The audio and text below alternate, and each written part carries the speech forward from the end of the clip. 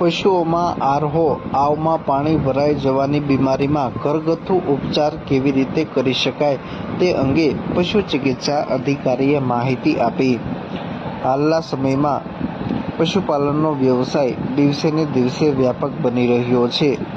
લોકો પશુપાલનના વ્યવસાય થકી લાખો રૂપિયાની આવક પણ મેળવી રહ્યા છે, પરંતુ માનવ શરીરની જેમ પશુઓમાં પણ અવનવા રોગો તેમજ સમસ્યાઓ થતી હોય છે, જેમાં કેટલાક રોગો જે ઘરગથ્થુ ઉપચારનો ઉપયોગ કરીને પણ મટાડી શકાય છે, પરંતુ ઘરગથ્થુ ઉપચાર કરવા છતાં કોઈ પણ પ્રકારનો ફેરફાર ન જણાય તો પશુ ડૉક્ટર અથવા તો પશુ ચિકિત્સા અધિકારીનો સંપર્ક અવશ્ય કરવો જોઈએ।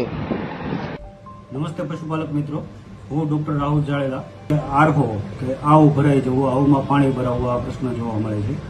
તો આ પ્રશ્નનો ઘરગથ્થુ ઉપચાર એ કરી શકાય કે 200 ગ્રામ સરસવ અથવા તો તલનું તેલ લેવામાં આવે છે અને આ તેલની અંદર 2 લસણના ટુકડા નાખવામાં આવે છે અને 1 મુઠ્ઠી જેવી હળદર મિશ્ર કરવામાં આવે છે।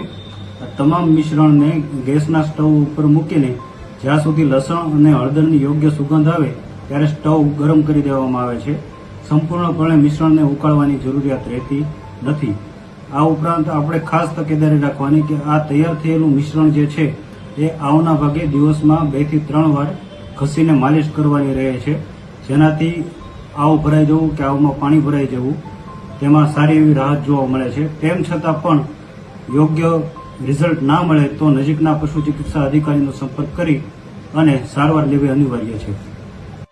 પશુઓમાં થતા વિવિધ રોગોમાં આરહો આવમાં પાણી ભરાઈ જવાની સમસ્યા પશુઓમાં જોવા મળતી હોય છે।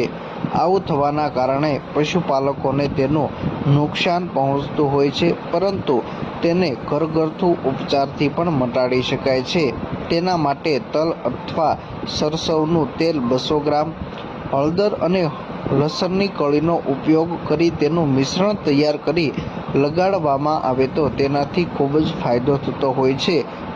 તેલ ગરમ કરી તેમાં હળદર અને લસણના ટુકડા નાખવામાં આવે છે, ત્યારબાદ બરાબર મિશ્ર કરી અને સુગંધ આવે ત્યારે ગેસ સ્ટવ પરથી ઉતારી લેવામાં આવે છે અને ત્યારબાદ તે મિશ્રણને ઠંડુ પડવા દેવામાં આવે છે।